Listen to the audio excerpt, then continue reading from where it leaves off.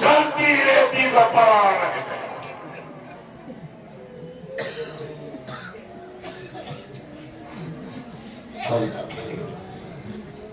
کیا وقت ہے ماں میں زمانہ پہ آ گیا، غربت میں آج ساتھ پدر کا ہے چھوٹتا، ظالم نے سزا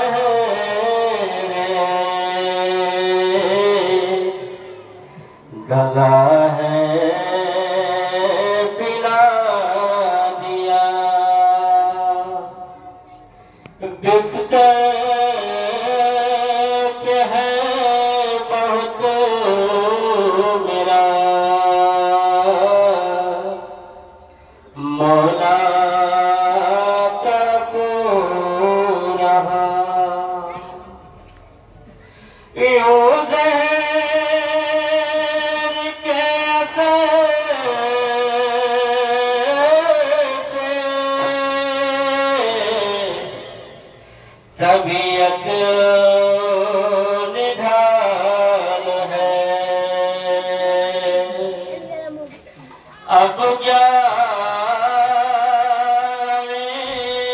امام کا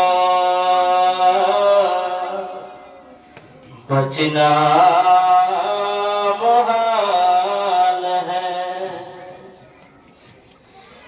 بابا کی روح جیسے ہی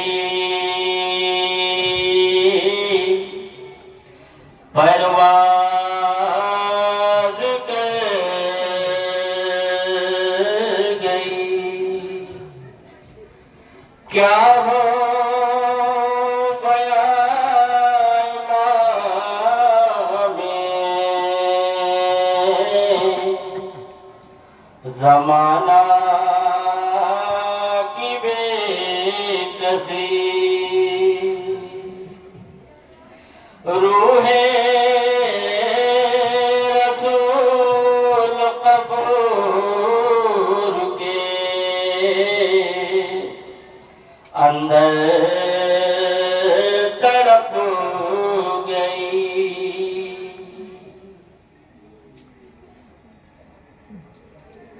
غیبت پہ تھی امام کی، میت پہ تھی امام کی، غربت برس رہی،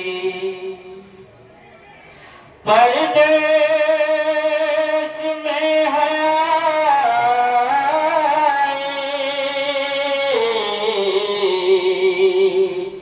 قیامت امام پر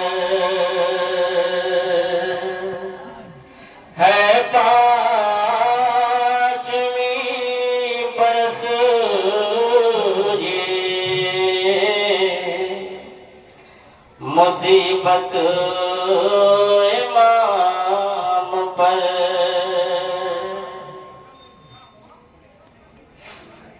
جس دم جنازہ گیارہ میں مولا کہے اٹھا، تربا کی سمت لوگوں کے ہے دوش پر چلا، زہرا کے خاندان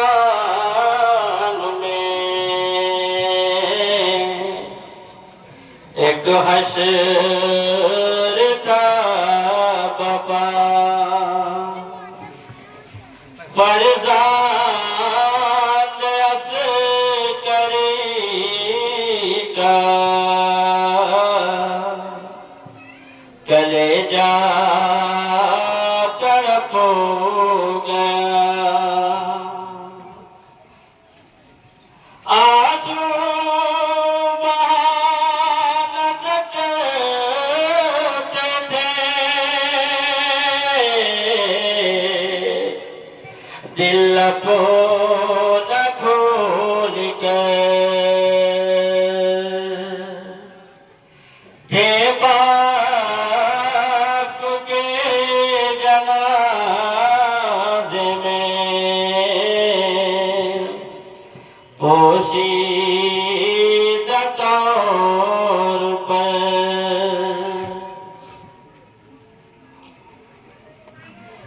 اہل عزا کا سوچ کے تڑپے نہ کیوں جگر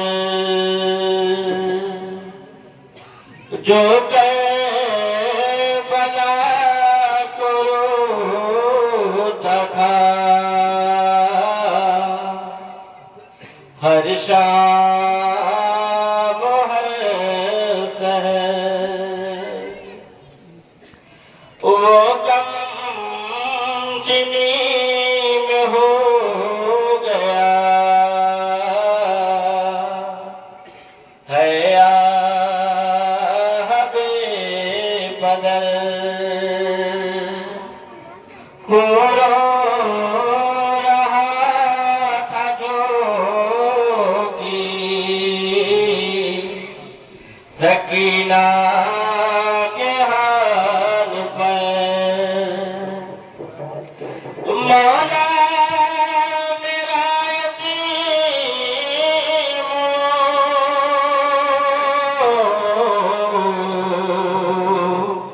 خود آج ہو گیا